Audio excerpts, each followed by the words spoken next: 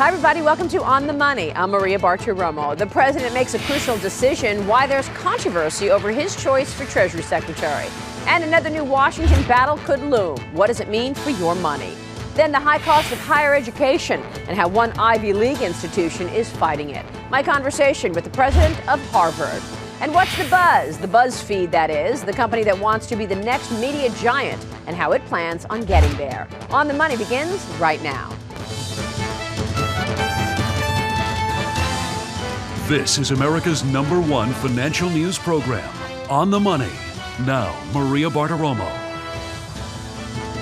Here's a look at what's making news as we head into a new week on the money. A changing of the guard at the most important economic post in the Obama administration. The president has nominated his chief of staff, Jack Lew, to replace Timothy Geithner as Treasury Secretary. Lew is a Washington insider who's also been the budget director for both Presidents Clinton and Obama.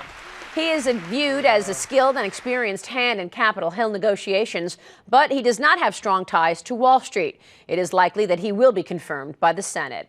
The Dow Jones Industrial Average broke a two-day losing streak on Wednesday and continued to rise on earnings news through the week. The S&P 500, in fact, closed at a new five-year high on Thursday. Earnings season is underway, and Dow component Alcoa kicked off. Profits were in line at Alcoa, while revenues were better than analysts expected. Financial giant Wells Fargo beat expectations, as did American Express. Apple is said to be considering a cheaper version of the iPhone. Now, the iPhone 5 costs about $200 with a contract with a wireless carrier. The less expensive version would have a plastic body.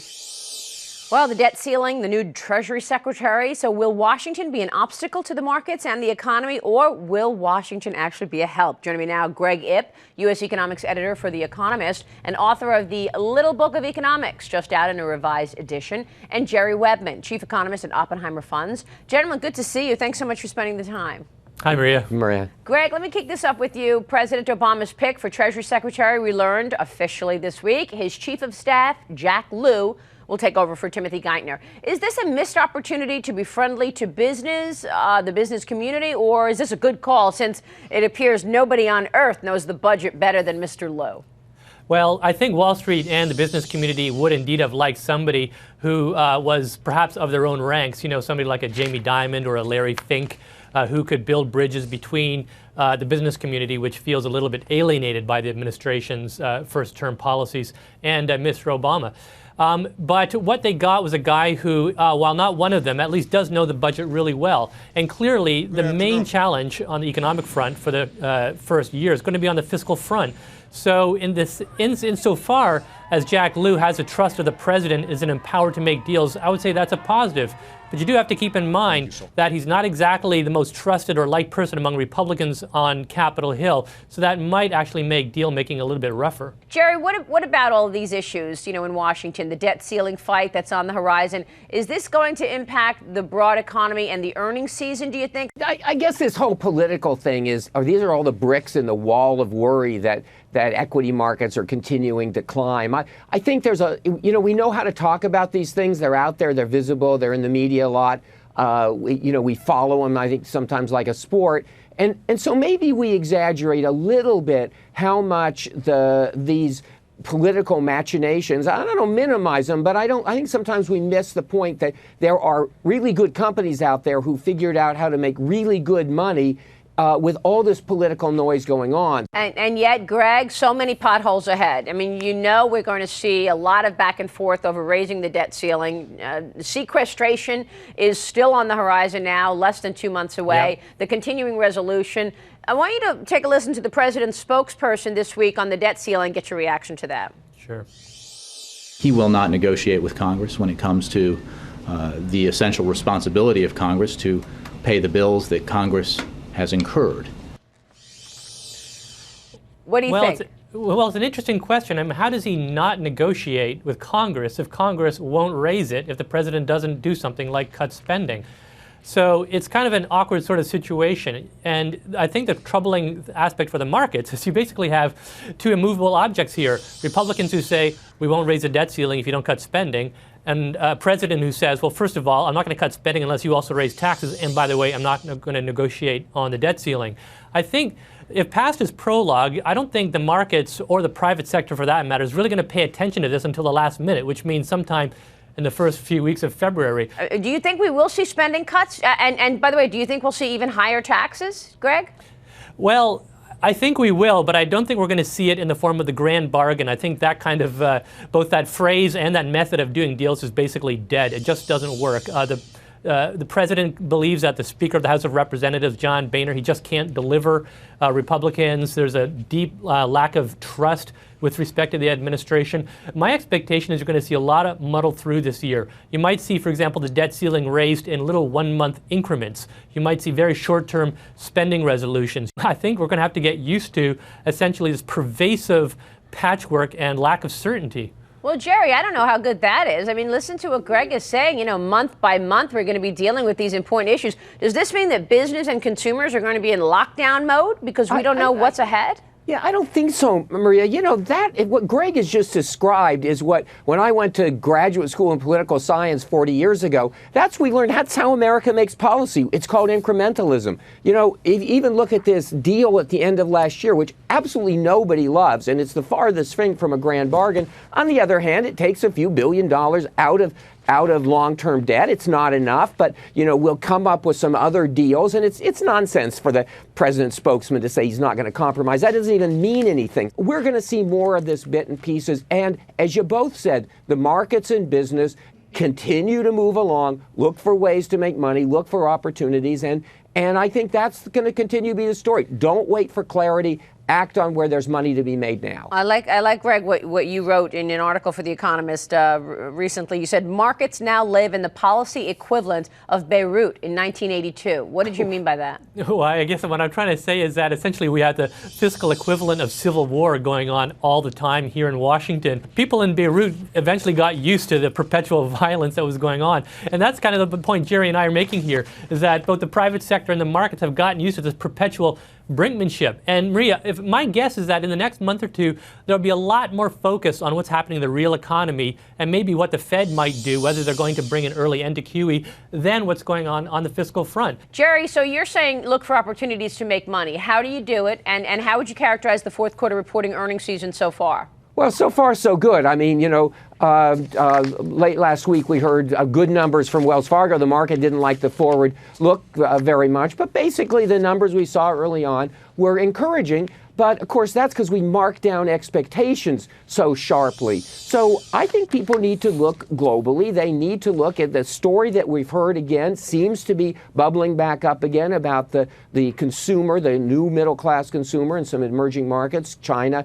The idea that China was going to have a hard landing, to me, was always just complete nonsense and a misunderstanding of how that economic system was working. And look, the housing story in the U.S. is moving along. Yeah, the payroll tax really matters, but in fact, if you look at how much the average homeowner who's been able to refinance, and that's more and more of them, have saved, it dwarfs what the increase is in the payroll tax. All right, we will leave it there. Great conversation, guys. We so appreciate your time tonight. We'll see you soon. Pleasure. Thanks very much. Greg Ip and Jerry Webman. Up next on The Money, what today's students think of tomorrow's economy and how we can teach ourselves into the future. The president of Harvard University is with me. And then, is buzz worth billions? How to build a news company in a digital age. Why sharing angry cat pictures may just save journalism. Welcome back. As college education's high cost continues to rise, some families are forced to opt out for financial reasons. How does that impact business on campus? Joining me right now is Drew Faust. She's the first female president of Harvard University.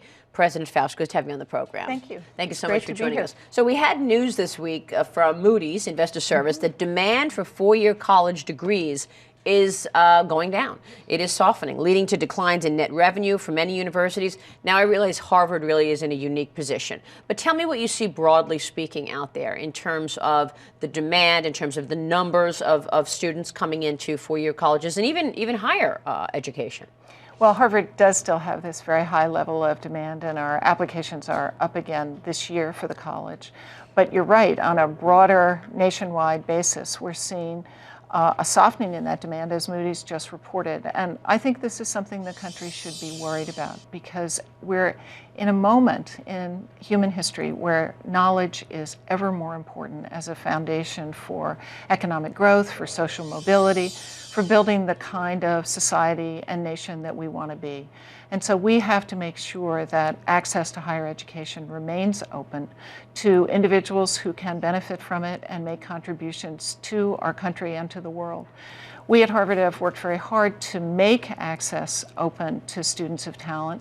And I think part of the reason for our high numbers of applications is our very generous financial aid policy, which has been revolutionized in the past decade so that 60% of our students are on financial aid.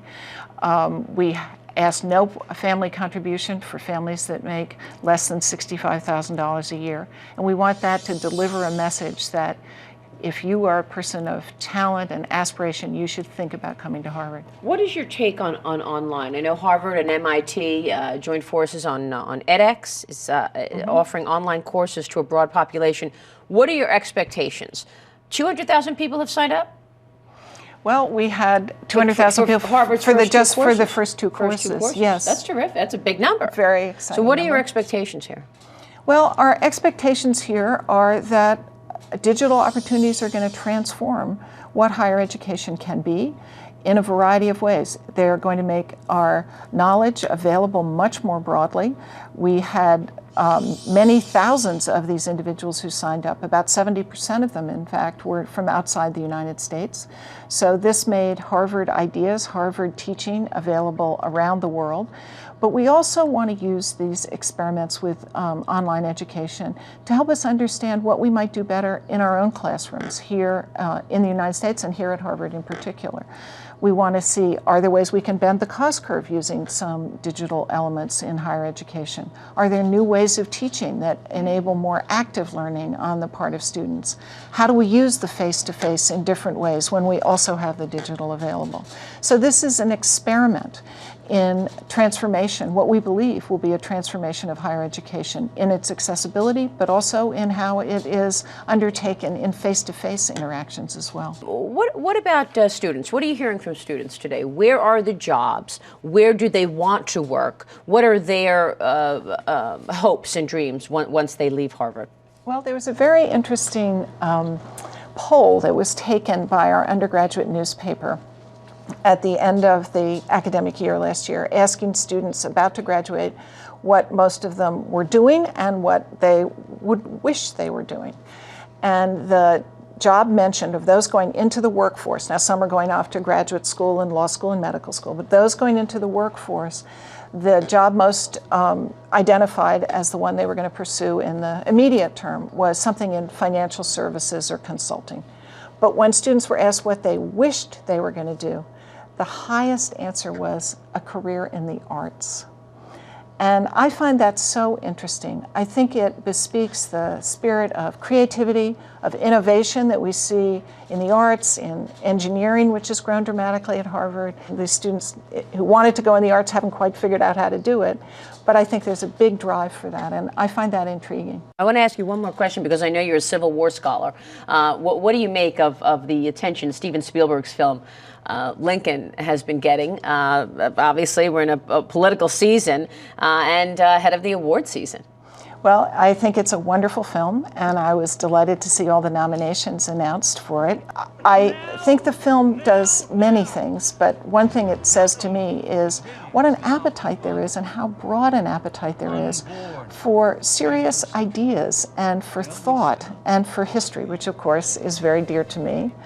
I think it's also a film in which we project our current concerns onto the past, and we ask questions about what does leadership mean? How does our government work? What does it take to move the nation in a direction that's a positive direction? And how do ideals interact with practicalities? And there's some wonderful messages in that film about that. Fascinating. Great film. President Faust, good to have you on the program. Thank you so much. Thank you so much. Good to see you. Drew Faust joining us. Up next, we're on the money. Was President Obama reelected because he won the internet? The must-read news site that says that's part of the reason. And why buzz is what runs politics and the press. As we take a break, take a look at how the stock market ended the week. Back in a moment.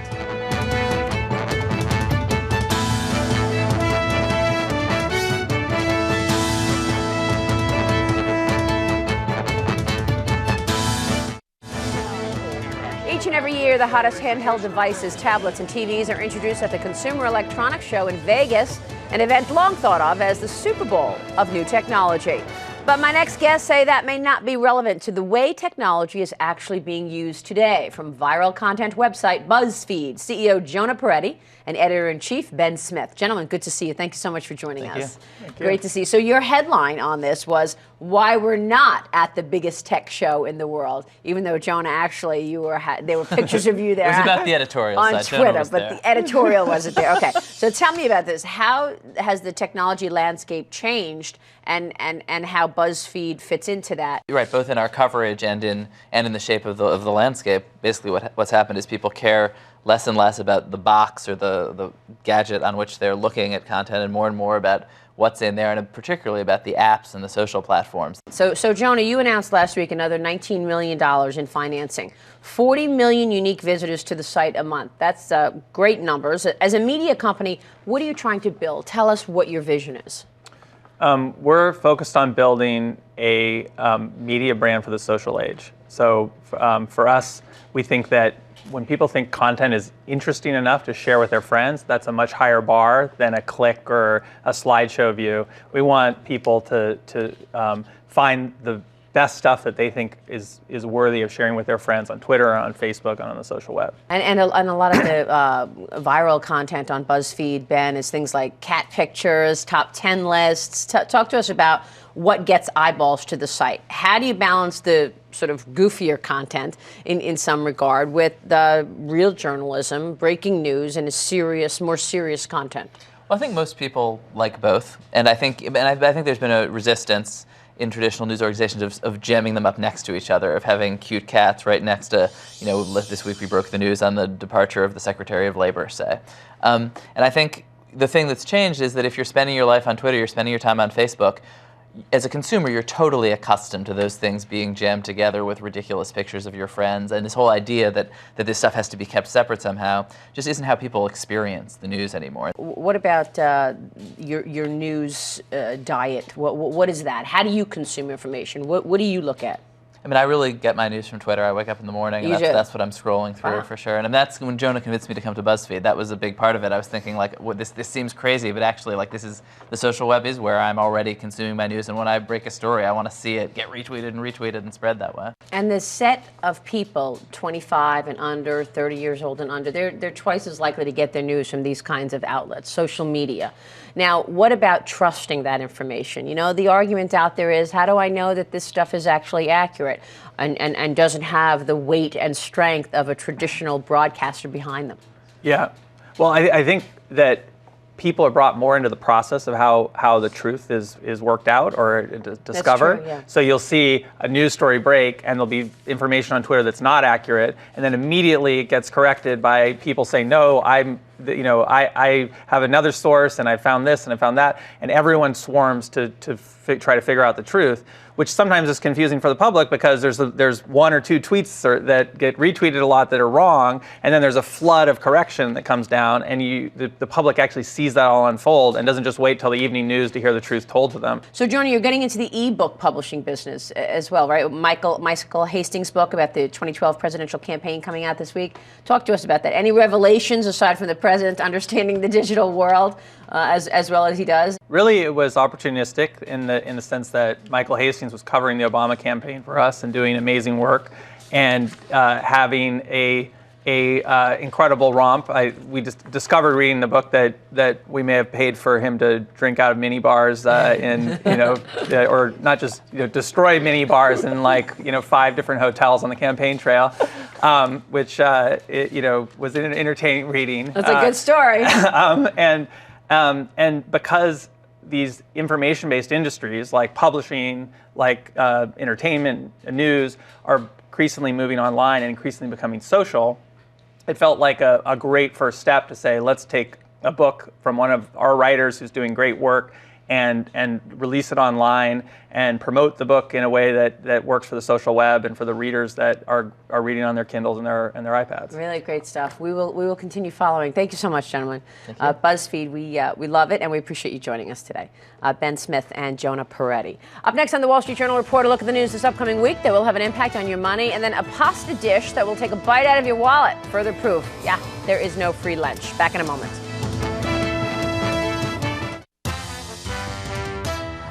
closer look at the stories coming up in the week ahead that may move the markets and impact your money this upcoming week. Earnings reports are out from banks J.P. Morgan Chase, Bank of America, Goldman Sachs, and Citi, as well as eBay, Intel, and General Electric earnings for the fourth quarter will hit.